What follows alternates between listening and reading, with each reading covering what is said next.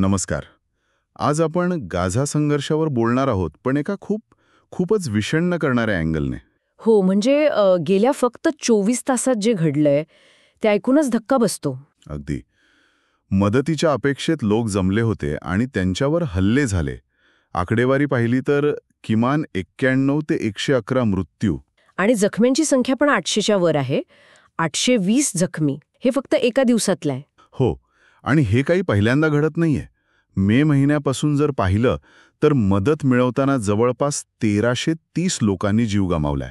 बापरे, म्हणजे परिस्थिती किती हाताबाहेर गेलीये हे दिसतंय. आणि याच पार्श्वभूमीवर आंतरराष्ट्रीय अन्न असुरक्षितता प्राधिकरण म्हणजे IPC त्यांनी तर आता अधिकृतरित्या दुष्काळ घोषित केलाय गाझामध्ये. हो, ही खूप मोठी आणि गंभीर घोषणा आहे.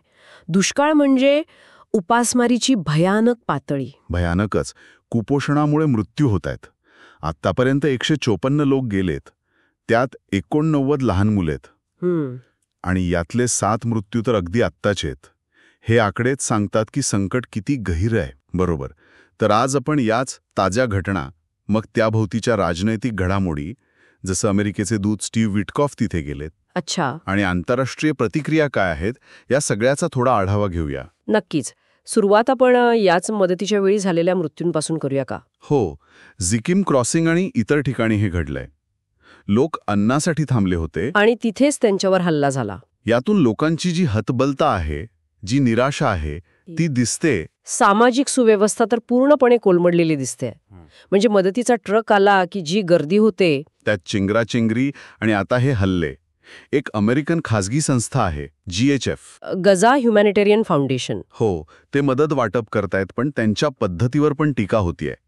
ह्युमन राईट्स वॉचने तर त्याला रक्तपाठ म्हटलंय. अच्छा, म्हणजे त्यांच्या वाटपाच्या पद्धतीत धोका आहे असं त्यांचं म्हणणं आहे. हो, की यामुळे हिंसा वाढू शकते किंवा ती हेतुपुरस्कर असू शकते, असं काहीतरी. आणि फ्रान्सने पण हे थांबवायला सांगितलंय. बरं, म्हणजे मदत पोचवणं पण किती गुंतागुंतीचं आणि धोकादायक झालंय. आणि हे सगळं त्या दुष्काळाच्या मोठ्या चित्राचा भाग आहे. संयुक्त राष्ट्रांचे तज्ज्ञ, WHO सगळेच सांगतायत. WHOचं विधान तर खूप महत्वाचं आहे की उपासमारीने मरणं हे हळू आणि वेदनादायी असतं. अगदी. आणि गाझा आरोग्य मंत्रालयाचे आकडे तर आपण बघितलेच. 144 मृत्यू, 89 मुलं. पण इस्रायल हे आकडे नाकारतंय, नाही का? त्यांचं म्हणणं आहे की उपासमारीचं वृत्त बरोबर नाहीये. हो, ते नाकारतायत. पण जमिनीवरची स्थिती वेगळी दिसतीये. मदत पोहोचवणं खूप कठीण आहे. सीमांवर इस्रायलचं नियंत्रण आहे आणि UN म्हणतंय की जी मदत आज जातीये ती पुरेशी नाहीच आहे. हो, आता सायप्रस मार्गे समुद्रातून मदत पाठवण्याचे प्रयत्न परत सुरू झालेत असं ऐकलंय. पण मुख्य अडथळा जमिनीवरचा आहे. अशा वातावरणात काही राजनैतिक हालचाली पण सुरू आहेत. अमेरिकेचे विशेष दूत स्टीव्ह विटकॉफ, हो, त्यांचं काय?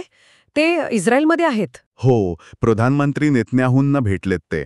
आणि अमेरिकेचे राजदूत माईक हकाबी यांच्यासोबत गाझात जाऊन लोकांना भेटायची पण योजना आहे म्हणे. अच्छा, उद्देश काय आहे या भेटीचा? मुख्यत्वे युद्धविराम चर्चा आणि हे जे अन्नसंकट आहे त्यावर काहीतरी मार्ग काढणं. बरं.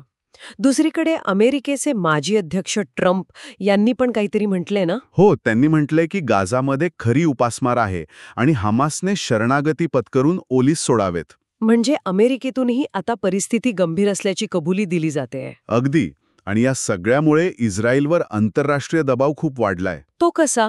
काय होते आंतरराष्ट्रीय पातळीवर? अनेक देश आता पॅलेस्टिनी राष्ट्राला मान्यता देण्याच्या विचारात आहेत. UK, Canada, Portugal, France. अच्छा, जर्मनीची काय भूमिका आहे? जर्मनी थोडी सावध आहे, पण त्यांनी 2 स्टेट सोल्युशन म्हणजे 2 स्वतंत्र राष्ट्रांच्या आधारावर चर्चा व्हायला हवी असं म्हटलंय. आणि युरोपियन युनियन? ते काय निर्बंध वगैरे लावणार आहेत का? तसा विचार सुरू आहे. विज्ञान संशोधन कार्यक्रमातून इस्रायलला काढायचं किंवा स्वीडनने तर व्यापार करारच रद्द करा म्हटलंय. बापरे, म्हणजे दबाव खरंच वाढतोय. पण दुसरीकडे अमेरिकेनं पॅलेस्टिनी अथॉरिटीच्या काही अधिकाऱ्यांवर व्हिसा बंदी घातली आहे. अच्छा, त्याचं काय कारण? त्यांच्यावर आंतरराष्ट्रीय पातळीवर प्रकरण नेल्याचा आणि दहशतवादाला पाठिंबा देत असल्याचा आरोप आहे. म्हणजे अमेरिकेची भूमिका दोन्ही बाजूंना दाबणारी दिसतीये. हो, आणि यात ह्युमन राईट्स वॉचचा आरोप खूप महत्वाचा आहे. कोणता आरोप? की इस्रायल उपासमारीचा वापर युद्धाचं शस्त्र म्हणून करते. सो एक युद्ध गुन्हा आहे. हा अत्यंत गंभीर आरोप आहे. इस्रायलने काय म्हटलंय यावर? त्यांनी अर्थातच हे सगळे आरोप आणि टीका फेटाळून लावली आहे. नेहमीप्रमाणे. पण या तणावाचा परिणाम फक्त गाझापुरता नाहीये ना? वेस्ट बँकमध्ये पण काहीतरी घडलंय? हो, सिलवाडा गावात ज्यू स्थायिकांनी जाळपोळ केल्याचा आरोप आहे. त्यात एका पॅलेस्टिनी व्यक्तीचा मृत्यू झालाय. आणि एका कार्यकर्त्याचा मृतदेहासाठी उपोषण पण सुरू आहे म्हणे. हो, अवदा अल हथालीन. त्यांचे कुटुंबीय आणि कार्यकर्ते मृतदेह मिळावा म्हणून उपोषणाला बसलेत. म्हणजे संघर्ष पसरतोय. बरोबर. तर एकूण परिस्थिती पाहिली तर म्हणजे खूपच गुंतागुंतीची आणि दुःखद आहे. हो ना. एका बाजूला हा हिंसाचार, भीषण दुष्काळ. दुसऱ्या बाजूला राजनैतिक प्रयत्न सुरू आहेत, पण त्यात फारसं यश येताना दिसत नाहीये. हाच विचार मनात येतो की ही जी मानवी ट्रॅजेडी आहे, हा जो आंतरराष्ट्रीय दबाव आहे आणि दोन्ही बाजूंच्या ज्या मागण्या आहेत, या सगळ्या गदारोळातून लोकांना दिलासा कधी मिळणार? खरं युद्धविराम कधी होणार? हाच कळीचा मुद्दा आहे. यावर विचार करायला हवा.